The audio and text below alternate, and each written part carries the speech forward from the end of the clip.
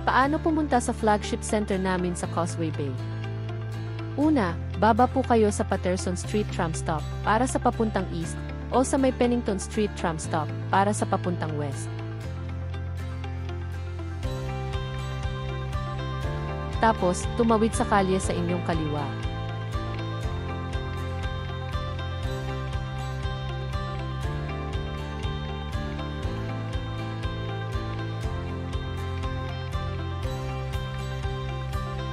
Maglakad sa kanang daanan at tumawid patungo sa Siemens.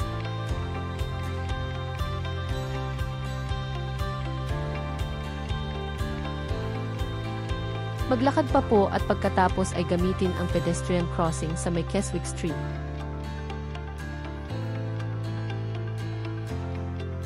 Ito na po ang gusali, malapit sa Lee Garden 2. Nasa ikapitong palapag lang po kami.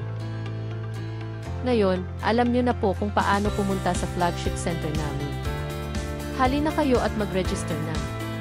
Salamat po!